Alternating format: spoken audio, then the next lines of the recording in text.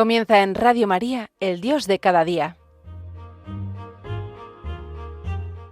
Hoy dirigido por el Padre Santiago Arellano, desde la Parroquia Sagrado Corazón de Jesús de Talavera de la Reina.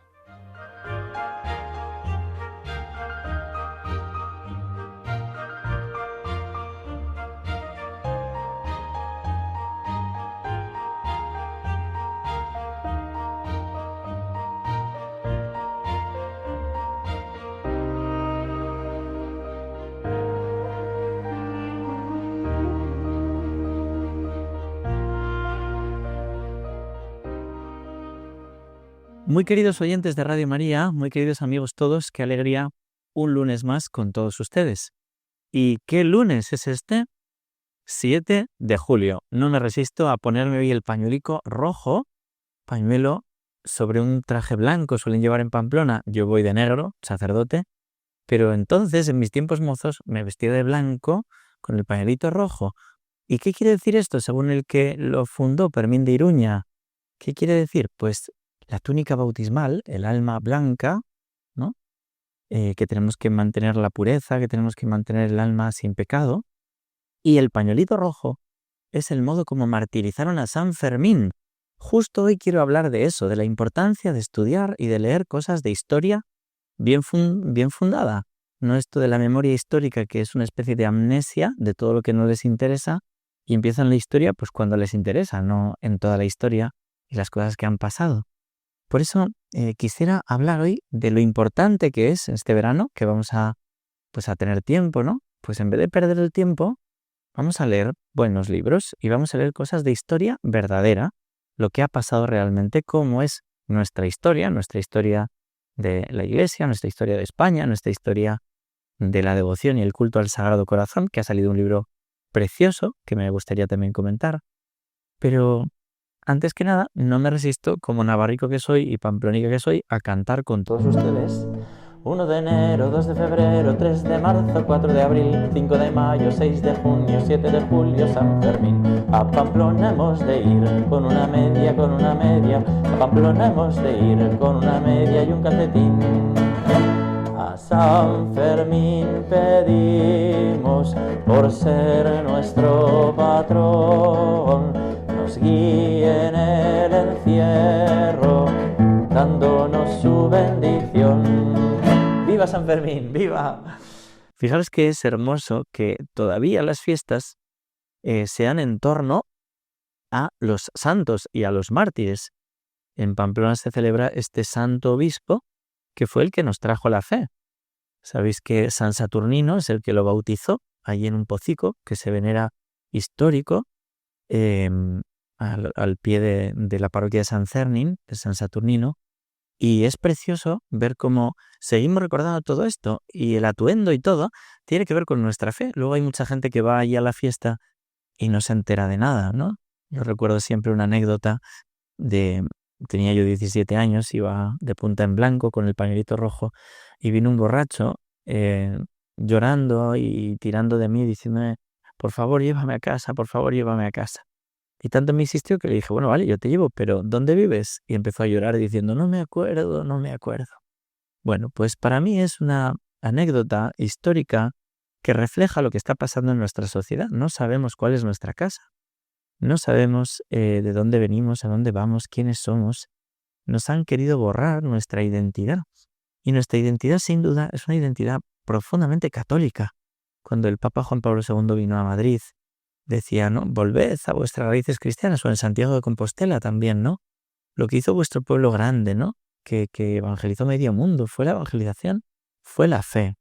Y por eso es tan importante acudir a los inicios, ¿no? Lo que ha unido nuestra patria con los concilios de Toledo, pero ya antes, la evangelización de Santiago Apóstol, la evangelización, pues eso, de San Fermín, de San Saturnino, de San Pablo, ¿no? Bueno, pues uno va recorriendo la historia y se da cuenta que nuestra historia está profundamente arraigada en fundamento apostólico con Santiago Apóstol y en fundamento mariano con la Virgen del Pilar. Y a partir de ahí, pues uno va recorriendo la historia y viendo que lo que nos ha unido realmente es la fe. Si no, pues sin la fe volvemos a los reinos de taifas, sin la fe volvemos al cantonalismo de los arébacos, sin la fe lo que hacemos es dividirnos. Por eso es tan importante estudiar nuestra historia, la historia de España, la historia de la Iglesia, la historia del culto al corazón de Jesús. Me gusta mucho a este respecto, el que fue mi maestro Antonio Pérez Mosso, publicó un libro precioso, se llama Apuntes de Historia de la Iglesia.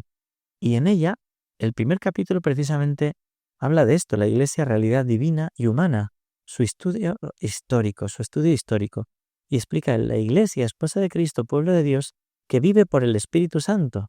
A veces se intenta hablar de la historia de la Iglesia sin darnos cuenta de que es el Espíritu Santo el que la lleva. Que dice, para tratar de comprender la historia de la Iglesia, su vida, su multisecular formulación del dogma, personas e instituciones, obras espirituales y civilizadoras, avances y retrocesos, grandezas y miserias, se requiere partir de su realidad misteriosa, humana y divina, humana por los miembros que la componen y divina por su fundador y por el Espíritu Santo que la anima, para llevar a la humanidad redimida por Cristo hasta su plenitud de la gloria del cielo.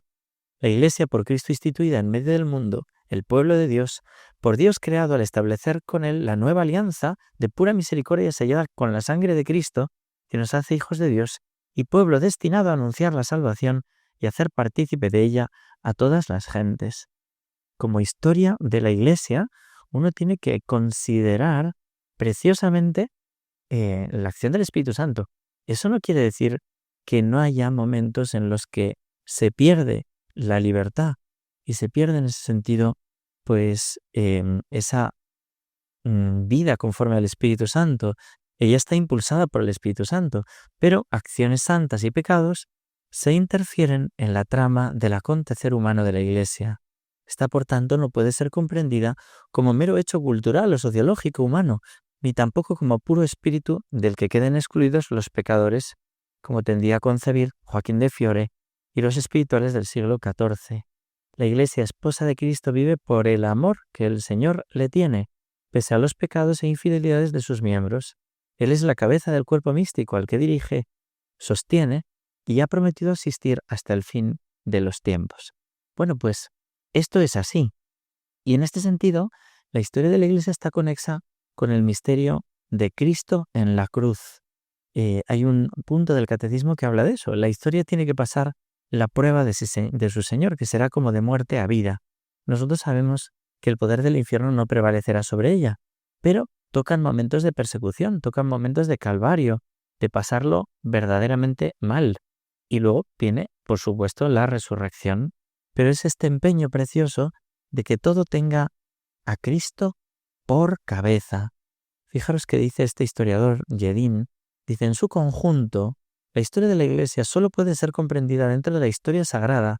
Su sentido último, como puede integrarse en la fe, ella nos presenta el crecimiento del cuerpo de Cristo no como imaginó la teoría de la decadencia, como un constante deslizarse pendiente abajo del ideal de la Iglesia primitiva, pero tampoco como soñaron los ilustrados de los siglos XVIII y XIX, como un progreso continuo de los humanos por sus propias fuerzas.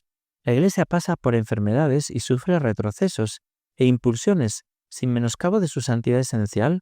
La Iglesia no es lo perfecto, sino lo que necesita constantemente de renovación, Ecclesia sempre reformanda, y aguarda lo perfecto. Cuando entre en la parusía, aparecerá a plena luz el camino histórico recorrido, se comprenderá el sentido último de todos los acontecimientos. Esto es lo que dice Jedin, y me parece que es muy verdadero y muy profundo. Por eso también es importante estudiar la historia de la Iglesia. Y es importante porque nos da muchísima luz. Vamos a ver unas cuantas razones por las cuales es importante estudiar la historia de la Iglesia. Pero antes quisiera cantar una canción que compuso Gonzalo Mazarrasa en las bodas de oro sacerdotales de el Papa Juan Pablo II, pero que nos puede servir para todos nosotros para ir repasando nuestra vida como las cuentas del rosario. Yo ya he cumplido 50 años, haré pronto 51. Bueno, pues nuestra vida, nuestro año, cada año tiene que ser como ese pasar esas bolitas del rosario. La historia universal nos ilumina, como ahora veremos qué aspectos nos aporta leer cosas de historia de la Iglesia. Pero también la propia vida nos ilumina. Hay que tener memoria de las acciones del Señor. No olvidéis las acciones del Señor. y a lo largo de nuestra vida también aparecen esas acciones. Por eso quería cantar esta canción de Bodas de Oro. Dice así: año tras año detrás, queda la vida al pasar, como un rosario de cuentas de oro de cristal. Año tras año detrás, queda la vida al pasar, lo que se ha dado por el camino se encontrará. Tuve hambre y me alimentaste, sed y me diste de beber, solo y enfermo me acompañaste, cubriste mi desnudez. Año tras año detrás, perder la vida es ganar, 100 por 1 con cruz y al cabo la eternidad. Año tras año detrás, ciega después de sembrar, llega tu esposo y el agua en vino convertirá. Deja tus redes y el mar, deja tus campos, deja tu hogar, ponte en camino, vente conmigo a donde ya verás. Año tras año detrás, lo que él te dijo será, como un rosario de cuentas de oro o de cristal, como un rosario de cuentas de oro o de cristal. Mirar sobrenaturalmente nuestra vida, mirar sobrenaturalmente la historia. Tendemos a veces a mirarla solo como hechos humanos. Yo recuerdo cuando estudié historia al principio en el colegio, me aburría mucho porque era muy en clave economía, marxismo, ideología, liberalismo, o sea, muy en clave, pues eso, ¿no? Lo que hoy en día está de moda. Y me da mucha pena. Cuando luego estudié con Antonio Pérez Mosso, me di cuenta que la historia tiene un sentido y que la historia la está llevando Dios. Y en ese sentido, quisiera dar unas claves de por qué hace tanto bien estudiar la historia de la Iglesia. En primer lugar, ayuda a amar a la Iglesia y conocer la fe que ella guarda y transmite. Es verdad, cuando conoces la verdadera historia de la Iglesia, que sí, que hay pecados, que hay miserias, pero te das cuenta de la muchísima santidad que hay y sobre todo de la verdad. Y cómo transmite la verdad incluso derramando su sangre. Y por eso te das cuenta de que amas más a la Iglesia cuando vas conociendo sobre ella. En segundo lugar, ayuda a profundizar en la verdad de que la humanidad está del todo necesitada de Cristo en este mundo y definitivamente para la vida eterna. Sin duda. Aquello que dice San Agustín, 2 amores hicieron 2 ciudades. El amor de sí hasta el desprecio de Dios hizo la ciudad de los hombres. El amor de Dios hasta el desprecio de sí hizo la ciudad de Dios. Y la Iglesia es esa ciudad de Dios que quiere ser implantada en todo el mundo. Cuando nosotros buscamos nuestra propia gloria nos pasa como en Babel, que se confunden las lenguas, que no hay manera de entenderse, que nos dividimos. En cambio, cuando dejamos que nuestra alma sea el Espíritu Santo, cuando hacemos como en Pentecostés, que buscamos la gloria de Dios, en Babel dice el texto que buscaban hacerse un nombre. En Pentecostés se han olvidado ya los apóstoles de buscar su propia gloria y lo que buscan es buscar el bien de Dios. Y por tanto, el bien de este mundo, el bien de la humanidad. Ayuda a estudiar la Iglesia, la historia de la Iglesia, a entender el bien que supone para la humanidad. En tercer lugar, contribuye a percibir los acontecimientos de manera sobrenatural. Esto es lo que quiero insistir especialmente. No vale coger cualquier libro en que te empiezan a contar historias, pues muchas veces falsas o exageradas, de épocas de la Iglesia, oscurantistas, no sé qué. Bueno, hay que ver pues sí, que hay pecados, pero la virtud de la Iglesia y la santidad de la Iglesia es tremenda y la fuerza transformadora de una civilización es maravillosa. Pero si lo estudias de verdad, si no te dejas llevar por manualillos que no remiten a la verdad, pues acabas percibiendo los acontecimientos de manera sobrenatural. En cuarto lugar, constituye una eficaz apología de la Iglesia. Y es verdad, cuando uno estudia la verdadera Iglesia te das cuenta de que ella misma se defiende, ¿no? ¿Ves el bien inmenso que se hizo, por ejemplo, en América? Cuando uno lo estudia, te quitas los prejuicios de que, lo que hizo la Iglesia, oye, perdona, es al revés. Cuando estudias cualquier tema en profundidad, la Inquisición, por ejemplo, ¿qué diferencia la Inquisición eclesiástica, la Inquisición civil, ¿no? Todas estas cosas, cuando los estudias en profundidad, se te quitan los complejos y te das cuenta la labor civilizadora, la labor del concepto de persona, por ejemplo, que tiene que ver con la historia de la Iglesia, con la Iglesia misma, ¿no? Para los romanos, la persona era solamente el ciudadano romano. Los que no eran romanos podían ser matados, asesinados, vendidos, comprados, porque probablemente no eran personas, ¿no? En quinto lugar, ayuda a captar el sentido de la historia. Y a mí me gusta mucho como el Papa Benedicto explicaba que la teología de la historia es fundamental para la nueva evangelización. Claro que esta historia nuestra no la lleva, pues no sé, como los astros, ¿no? Como algunos creen, ¿no? O no es como pendular, ¿no? Los pasamos de un extremo al otro y, ¿no? La dialéctica sí que es como matemática, ¿no? Siempre las heridas, el mal, el pus sale igual. Pero Dios no, Dios es como original y Dios va llevando la historia de la Iglesia pues de una manera muy misteriosa, pero a la vez muy verdadera, llevando como paralelo la historia de su Señor, ¿no? Un nacimiento en pobreza, una vida pública y un esplendor, ¿no? Como le pasó a Jesús multiplicando el pan, pues lo mismo le pasa a la Iglesia en su historia. Después viene el momento en que le dejan solo hasta la pasión, ¿no? Desde que predicó el pan de vida, y luego ya, pues la resurrección del Señor, ¿no? Y empieza la historia de la Iglesia. Bueno, pues en la historia también nosotros pensamos que es así, que viene un nacimiento en pobreza, pues sí, ahí en el Calvario, en Pentecostés. Después tiene una vida pública, ¿no? Pues tantos siglos en que la fe ha configurado la sociedad. Después viene pues una pasión a partir del siglo XIV, pero especialmente la Ilustración, el Renacimiento, todo del teocentrismo al antropocentrismo, del antropocentrismo al nihilismo, a la posmodernidad actual, ¿no? Al sinsentido de todo, ¿no? A quitar a Dios de en medio y por tanto quitar al hombre. Bueno, pues todo eso nos mantiene ahora en un momento como del Calvario, pero nosotros esperamos, ¿no? Pues ese milagro social que dice la Direxit Nos, ¿no? En el que el Señor pues quiere transformar la sociedad entera, ¿no? Quiere derramar su gracia, su Espíritu Santo, ¿no? Y en ese sentido, la historia de la Iglesia ayuda a captar el sentido de la historia. Bueno, pues me parece muy importante estudiar una verdadera historia de la Iglesia, como estos apuntes de historia de la Iglesia de Antonio Pérez Mosso.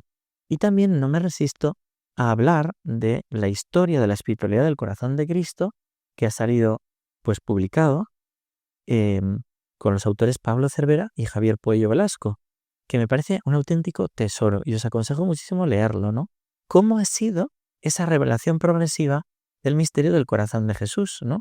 Por supuesto, pues los fundamentos ya de preparación, mirarán al que traspasaron, que es como se titula el libro, está hablando de una profecía mucho antes de Cristo, ¿no? Pero es muy hermoso cómo se va revelando en toda la historia de la salvación, pues desde el principio, el Evangelio, después, ¿no? Cómo va llegando hasta nuestros días, ¿no? La revelación con Santa Margarita María de Alacoque, que es fundamental, que es clave, y después, pues todos los santos, pues contemporáneos, ¿no? Que van trayéndonos hasta la modernidad, a todo el momento de las consagraciones y hasta la Dilexit Nos, que está ya incluida en este precioso libro, ¿no? Cómo se va fraguando esa historia, ¿no? Os invito a todos a que este verano no perdamos el tiempo, sino que profundicemos en la historia de la Iglesia, en la historia verdadera, y también profundicemos en la historia del corazón de Cristo. Bueno, 7 de julio San Fermín, vamos a invocar su protección, que nos eche ese capotico, que nos libre de los peligros, de los ataques, quizá no de toros físicos, pero de toros espirituales, de ideologías que nos quieren quitar la fe. Que Dios os bendiga a todos. Hasta pronto.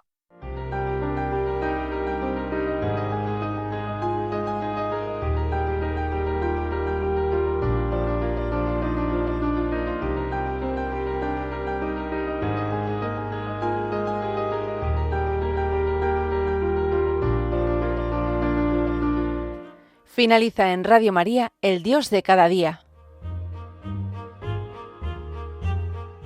dirigido por el padre Santiago Arellano, desde la parroquia Sagrado Corazón de Jesús de Talavera de la Reina.